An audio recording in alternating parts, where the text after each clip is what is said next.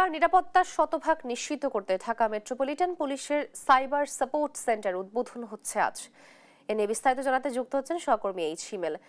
হিমেল, কি কি সেবা পাওয়া যাবে যা এই সেন্টার থেকে, বিস্তারিত জানাবেন।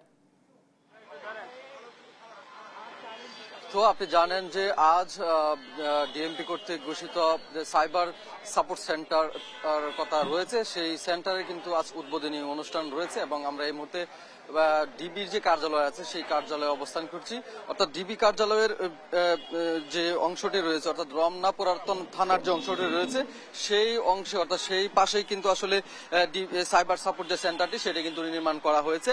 আমরা এখানকার যারা কর্মরত অফিসাররা রয়েছেন তাদের সাথে কথা বলেছি। তারা যেটি বলছেন, একটু পর পর কিন্তু অর্থাৎ 10টায় এই সাইবার সেন্টার উদ্বোধন হওয়ার কথা রয়েছে। ইতিমধ্যে কিন্তু তারা প্রস্তুতি নিচ্ছেন এবং তারা কিন্তু এখন এই মুহূর্তে কিন্তু কিছুক্ষণ পরেই কিন্তু এই সাইবার সাপোর্ট যে সেন্টার সেটা উদ্বোধন করবেন।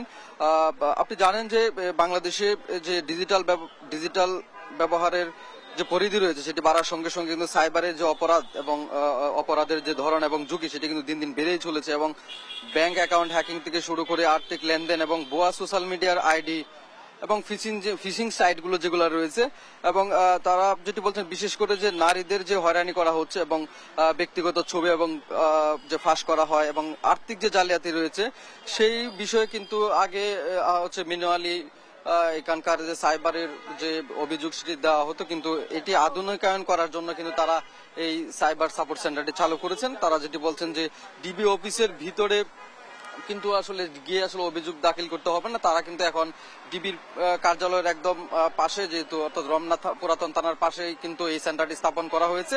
ভুক্তভোগীরা কিন্তু এখানে সরাসরি আসতে পারবেন এবং তারা অনলাইনের মাধ্যমে কিন্তু বিভিন্ন ধরনের সহযোগিতা নিতে পারবেন।